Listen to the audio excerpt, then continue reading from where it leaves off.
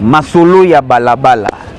Donc tu te sens à l'aise na ndaku na yo otiki eloko te mais na boîte oke somba champagne omi bengi noko omi bengi boss omi bengi muto esprit.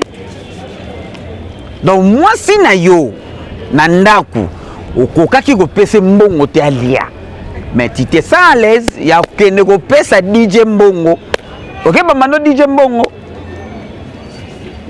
tu te sens à l'aise moi na yo na ndaku azok aliete mais tu te sens à l'aise ya kopesa journaliste mbongo pa bwaka yo tata ndenge nini oza irresponsable na masolo balabala.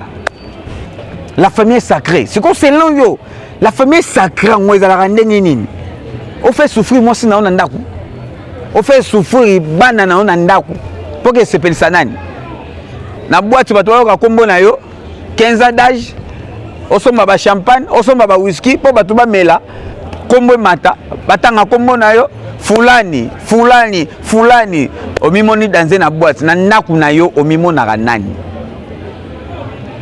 ozokosa nani mais ngana yebelo oboko na masolo balabala. Donc ceux qui ont la dépense libanda c'est que na ndaku na yo moi sinon ça ngelo roté ba no ba ça ngelo roté ngana yebie bongo. Mais comment ça fait que yo na ndaku na yo ba liete mais yo na libanda oke somba champagne? Pourquoi maramba boye vous se trompez te ngala yebelo moko omoni exemple mdoka de Ben Willy les Gabonais mon vieux hein. Donc ce que ça la bien souvent na boîte c'est que na ndaku na ye atiki maramba bien pilelo hein les étoiles de DJ champagne so ba ça maramba wana c'est que na ndaku na bango batiki maramba bien. Et pourquoi yo sikoyo FM asala maramba wana ta. Donc FM sera côté boîte c'est que na ndaku mère na palais baza na bloc olia non quoi yuma non quoi sans esprit non quoi qui diba non quoi qui zengi non quoi ebelo ko sala te. Donc on s'en va l'aise déjà boire yo mais na ndaku bato ba lete et en plus yo noko muta esprit muta millier moi ça na bar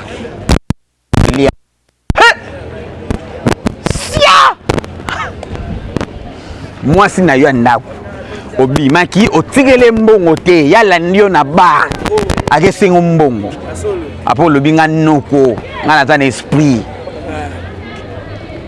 mais avant za l'esprit avant za la noko kipino mwana autre kipino bana yo masolo ya balabala.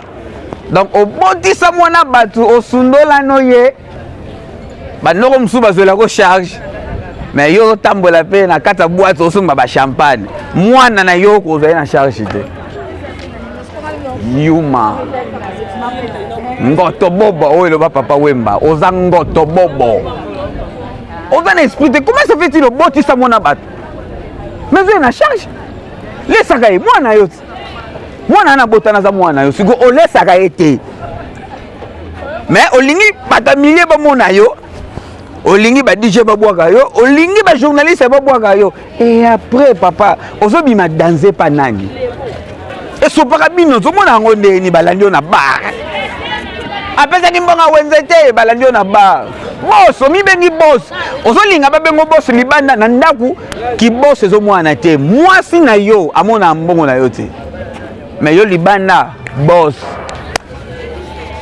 yo libanda ba omono danser roi sage Gelor Kindondi masolo ya balabala.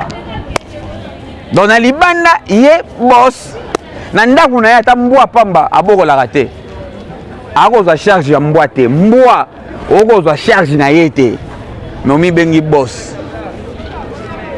Nocton Vava gouverneur ozoka ba boss tozala bona mboka oz ozomona ba noko tozala bona mboka oz ozomona ba esprit tozala bona mboka oz charge ya ndaku na ye akozwa ngote mais libanda ba mona ya za danser libanda ba mona ya sala makamba bien. Moi so botisa moi nana ko ya charge yo te ozalo pe na mbongo te $100 ozu ya pasi mais au continue na boîte olingi bat ba mona za danser na $100 ozu moko on y se comparer na Ben Willy Olingo se comparer na nani? Na Paulo dos Santos, les guerriers, na Gelor Kindonzi. Banoko tozonga. Bosa maramba bien, bosa maramba bien. Zwa moi sinon na charge, zwa bana on a charge. Sala maramba bien nzamba osepela na yo. Tatiana da Silva Kisungu. Masola balabala. Est-ce que bazwa ko en charge? So bazwa charge nzamba kumisama. Ba o bazwa ba en charge te mais banoko ba botisa bango. Basala ka buzoba. Ye on a pas monnaie na bag ça. Premier billet pas DJ, deuxième billet pas DJ, troisième billet pas DJ. Nanda ko sali combien de billets? Nanda ko pesi combien de billets?